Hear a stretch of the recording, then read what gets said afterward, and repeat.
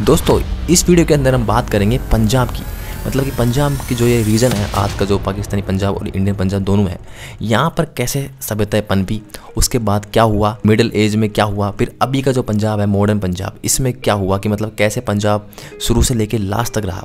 पूरी हिस्ट्री बताएंगे इस वीडियो के अंदर से, और प्लीज़ इस वीडियो को लास्ट तक देखना, बहुत ज़्यादा मज़ा आने वाला है आपको। तो शुरू करते हैं आज की वीडियो। दोस्तों कहानी शुरू होती है इंडस वैली सिविलाइजेशन से लेकर 3300 BC से लेकर 1300 BC तक। इंडस वैली सिविलाइजेशन पंजाब और पंजाब के आसपास एरिया में रही। हड़प्पा और मोहनजोदड़ो जैसे शहर आज के पाकिस्तान पंजाब में बस गए थे। दोस्तों ये बहुत ही एडवांस शहर थे, यहाँ के लोग भी बहुत एडवांस थे। यहाँ के लोगों ने ड्रेनेज सिस्टम, ब्रिक्स और ट्रेड में कमाल कर दिया था। घर में धर्म अलग था, ये समझ लीजिए कि उस टाइम तक कोई धर्म था ही नहीं। ये लोग खास तौर पर प्रकृति की पूजा करते थे और ये लोग उन्हें ही मानते थे कि यही गॉड है, इन्होंने हमें सब कुछ दिया है, इसलिए उनको वे गॉड मानते हैं। ठीक है, उनके समय पंजाब लिटरली दुनिया का सबसे एडवांस रीजन में से एक था, क्योंकि उस समय तक जहाँ आदि बाकी दुनिया ऐसे ही बिना कपड़ों के रह रही थी, उन्हें कुछ नहीं पता था, और ये उस टाइम तक यहाँ पे लोग एडवांस रीजन में जी रहे थे। लेकिन अराउंड 1900 BC ये सभ्यता धीरे धीरे खत्म होने लगी। शायद क्लाइमेट चेंज हुआ था और रिवर सरस्वती का सूख जाना और जो सिंधु नदी थी उसका उफान होना, इस तरीके से ये शहर पूरा का पूरा डूब गया था और ये पूरा कल्चर खत्म हो चुका था। पर जो कल्चर उन्होंने छोड़ा था उसने अगले युग की नींव रखी थी। करीब 1500 BC में इंडस के बाद आए इंडो आर्यंस सेंट्रल एशिया से यात्रा करते हुए। अब कुछ लोगों के ओपिनियन इस पर अलग अलग हैं। कुछ लोग कहते हैं कि वो शुरू से ही थे, वो यहीं पे रहते थे और उन्होंने अपना कल्चर डेवलप किया। तो कुछ लोग कहते हैं कि सेंट्रल एशिया से कुछ लोग आए थे और उन्होंने जो यहाँ पे थे पंजाब में नई कल्चर और संस्कृति फैलाई, और वही संस्कृति पूरे देश के अंदर फैल चुकी थी, जिसे आज का हम हिंदुज़म कहते हैं। जो आर्यंस थे ये अपने साथ संस्कृत, वेदास और यजना परंपरा लाए थे, मतलब कि अपने साथ ढेर सारा ज्ञान लाए और कुछ ज्ञान उन्होंने यहीं पे लिखा था। ऋग्वेद में सप्त सिंधु का जिक्र है, मतलब कि 7 नदियों की धरती, और ये आज का पंजाब है। आर्यन युग ने पंजाब को एक स्पिरिचुअल और लिंग्विस्टिक सेंटर बना दिया था, मतलब कि यहाँ के लोगों को कुछ नई दिशा मिल गई थी कि यही हमारा असली धर्म है, और यहाँ के लोगों ने इस धर्म को बहुत माना और उसके बाद ये धर्म पूरे इंडिया के अंदर फैल चुका था। गांव बसने लगे, राजा और प्रजा का कॉन्सेप्ट आया और ये था वैदिक पंजाब। यहीं से निकला भारत का प्रथम धर्म। अब हम बात करते हैं दोस्तों मौर्य और गुप्ता युग के बारे में। 321 BC से लेकर 550 CE तक मौर्य से लेकर गुप्ता युग चला। चंद्रगुप्त मौर्य ने पंजाब को अपने साम्राज्य में मिला लिया था। उसके बाद अशोका ने यहाँ बुद्धिज्म फैलाया। तक्षशिला जो आज के रावलपिंडी के पास है, दुनिया का सबसे पुराना यूनिवर्सिटी टाउन बन गया था। चाइना के मोंग शुजांग है, यहाँ आकर लिखते हैं पंजाब के लोग बुद्ध और वेद दोनों फॉलो करते हैं।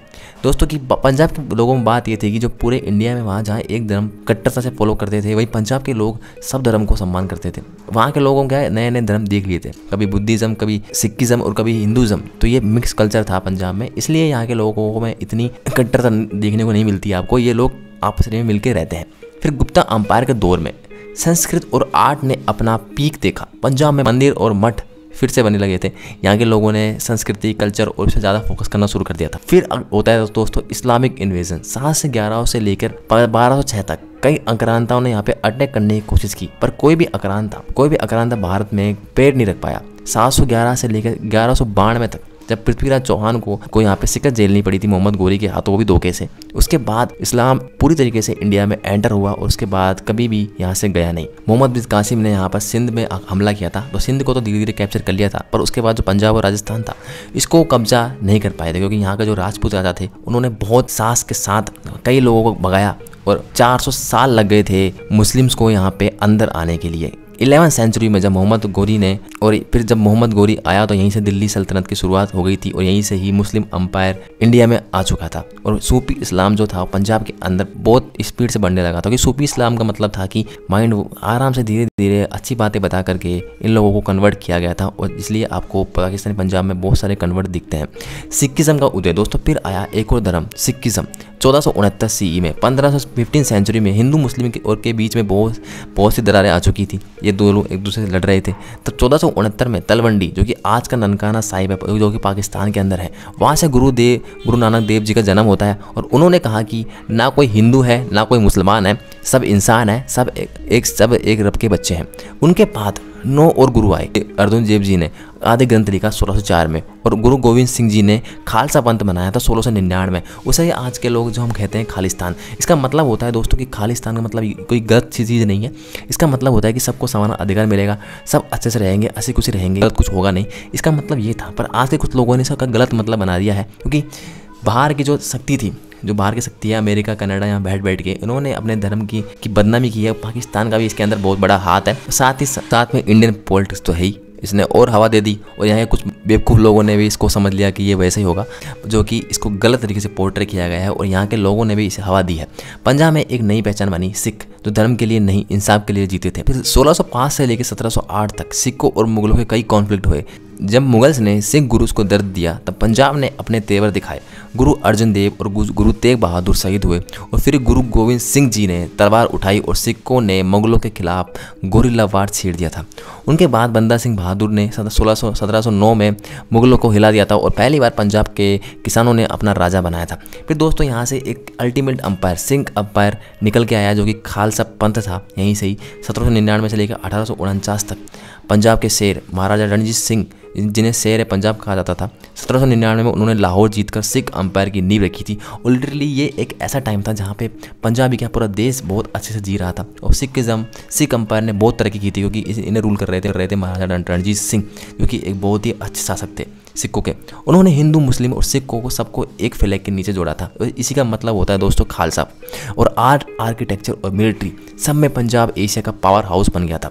लेकिन 1839 महाराजा रणजीत सिंह के बाद एम्पायर टूटने लगा था और फिर आए अंग्रेज और 1849 में उन्होंने पंजाब पे कब्जा कर लिया था। ब्रिटिश रूल 1849 से लेकर करीबन 100 साल तक 1947 तक रहा। ब्रिटिश ने पंजाब को अपने लिए सबसे इम्पोर्टेंट रीजन बना लिया था। पंजाब एक ऐसा रीजन था यहाँ से सेंट्रल एशिया में व्यापार करना बहुत आसान हो चुका था और यहाँ के जो लोग थे वो फिजिकली बहुत फिट थे, सेना में इन्हें रखा जाता था और लॉयल भी थे। रेलवे, कैनाल और लाहौर यूनिवर्सिटी बनी और साथ ही जलियांवाला बाग जैसे ट्रेजेडी हो गई थी। उधर ही भगत सिंह, उधम सिंह जैसे रिवोल्यूशनरी पंजाब से निकले थे, जो ब्रिटिश राज को हिलाने में आराम से कामयाब हो गए थे। पार्टीशन दोस्तों, अब हम बात करते हैं पार्टीशन के बाद क्या हुआ। 1947 में एक लाइन खींच दी गई, red Cliff line. Red Cliff line मतलब एक अंग्रेज ने पंजाब के 2 टुकड़े करे थे। पंजाब 2 टुकड़े में बांट दिया गया, वेस्ट पंजाब पाकिस्तान और ईस्ट पंजाब इंडिया को। लेकिन इस लाइन ने लाखों लोगों का दिल तोड़ दिया था। हिंदू, सिख और मुस्लिम एक दूसरे के खिलाफ थे और खून खराब होने लगा, आंसू और जख्म, ये सब कुछ ही इस धरती ने देखा। जितनी खूबसूरती पंजाब की ज़मीन में है, उतना ही दर्द यहाँ के लोगों के दिलों में बच चुका था। दोस्तों अब हम बात करते हैं मॉडर्न पंजाब की, मतलब कि 1947 से लेकर आज तक के पंजाब ने क्या क्या बदलाव देखे। पार्टीशन के बाद पंजाब ने अपना नया सफ़र शुरू किया और उसके बाद पंजाब का भी इंटरनल पार्टीशन हुआ। इसमें हरियाणा जैसे स्टेट या इनसे अलग हो गए थे। ग्रीन रेवोल्यूशन 1960 में ग्रीन रेवोल्यूशन देखा, जिससे यहाँ पे खेती हुई और बहुत सारा अन्न उगाया पंजाब में। लेकिन 1980s में खालिस्तानी मूवमेंट और ऑपरेशन ब्लू स्टार ने फिर खून बहा दिया और ये मूवमेंट भी बहुत ख़राब रही। इसमें जो भिंडरावाले थे उन्हें तैयार भी कांग्रेस ने किया था दूसरी पार्टी से खिलाफ, और फिर मार भी कांग्रेस ने दिया। मतलब कि सारी इसके अंदर फॉल्ट ज़्यादातर कांग्रेस की थी कि आप जैसे ओसामा को अमेरिका ने बनाया था सोवियत यूनियन के खिलाफ और मारा भी अमेरिका ने था, वैसा ही हाल भिंडरावाले के साथ हुआ। जब वो अपनी ज़्यादा आवाज़ उठाने लगे तो उन्हें भी ऐसे ही मार दिया गया। उसके बाद इंदिरा गांधी जी का भी निधन हुआ था इस चक्कर में और फिर से पंजाब की छवि बहुत ख़राब होने लगी। पंजाब के लोगों को मारा गया, वहाँ पर भी खून खराब होता रहा। मतलब कि फिर पंजाब की स्थिति बहुत बैक चली गई थी। जीडीपी को इससे नुकसान हुआ था और जीडीपी डाउन चली गई थी। यहाँ पे ड्रग मूवमेंट होने लग गए थे। नए गैंगस्टर ने यहाँ पे अपने कदम बढ़ाए थे। नए गैंगस्टर यहाँ से निकल के आए और फिर खून खराबा, वहीं बहुत सारे लोग मारे गए। उसके बाद वापस पंजाब की फिल्म इंडस्ट्री, म्यूज़िक कल्चर सब बाहर निकला और पंजाब के लोगों का यहाँ पे लोग जाने लगे। वहाँ के म्यूज़िक इंडस्ट्री को और फिल्म इंडस्ट्री को और म्यूज़िक को बहुत लोग पसंद करने लगे। और आज हम आशा करते हैं कि अभी का जब पंजाब देखें तो पंजाब अभी नॉर्मल पोजीशन में है, पर उसकी जीडीपी इतनी ग्रो नहीं कर पा रही है और आगे हम चाहेंगे कि पंजाब भी बहुत ज़्यादा ग्रो करे, स्पीड से ग्रो करे और यहाँ के लोग आगे बढ़ते रहें। दोस्तों ये था पूरे पंजाब का हिस्ट्री। अगर आपको ये वीडियो अच्छी लगी हो तो प्लीज़ चैनल को लाइक कीजिए, सब्सक्राइब कीजिए। फिर मैं मिलता हूँ आपको एक नई वीडियो के अंदर। तब तक के लिए आप अपना ख्याल रखिए।